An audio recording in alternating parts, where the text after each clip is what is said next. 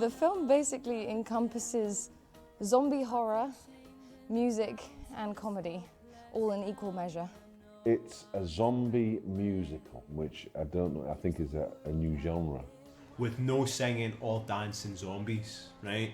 There's a love story, it's about family, it's about eating intestines. And it follows Anna and 5 of her close friends as they try and fight their way through a zombie apocalypse to get to a supposed safe zone where her father is. At the same time, they're still teenagers and they've still got all these relationships going on. Parents, irritating parents, teachers, boyfriends, girlfriends, relationships, homework. There's also singing and the undead that they have to battle through. So it immediately struck me as something very different. It's such an ambitious project. To do a zombie musical horror comedy amazes me. It's fun.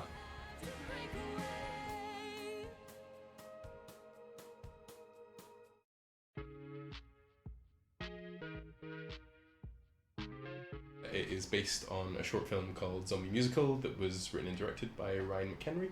So I think Ryan watched High School Musical, and after watching it he was like, do you know what would make that movie better? If they all got eaten by zombies. Which I thought was bonkers and didn't sound that great, but I was like, we'd made a lot of short films together at the time. I think it was basically while we were shooting the short that we all knew that a feature version of this, a feature zombie musical, would be so much fun. Ryan got famous for making these really weird vines called Ryan Gosling Won't Eat His Cereal that just blew up around the world, went viral, and we thought, great, this is the time we really get to push Anna in the Apocalypse. There's a huge opportunity because he's got so much visibility now. And then 2 months after that, around about that, Ryan got diagnosed with osteosarcoma, which is a very rare form of bone cancer. Everything obviously got put on hold while Ryan went through his treatment. It sucked a huge amount. It's hard to really describe what it's like, but he passed away in 2015. The last movie we watched together was Fury, and we were still having fun right up until the day before he passed away. He was absolutely clear that he wanted the film to be made. Regardless, he wanted the film to be made. In some ways it gave the project a lot more meaning, because the story had always been about what it means to be young in a violent world, and what it means for the young to survive in a violent world that's left behind by their parents. But it took on a much more personal meaning at that point of what it means for young people to deal with personal tragedy. It felt really strange to be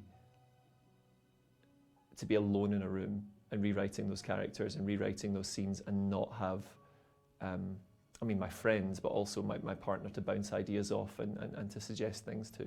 The short film very much came directly from the brain of Ryan McHenry.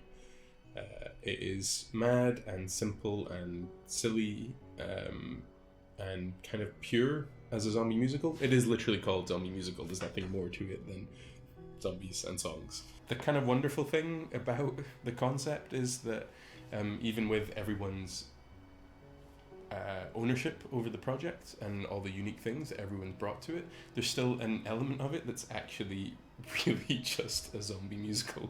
At its heart, it's still very much the movie we set out to make. There are parts of that film that were in the first draft that we wrote together years and years and years ago, back when it was a summer graduation film, as opposed to the Christmas insanity that it is now.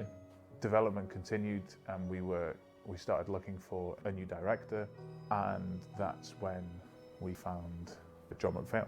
I love horror. I'm a massive horror fan. I love comedy, and the other thing that really drew me, it was the heart in it.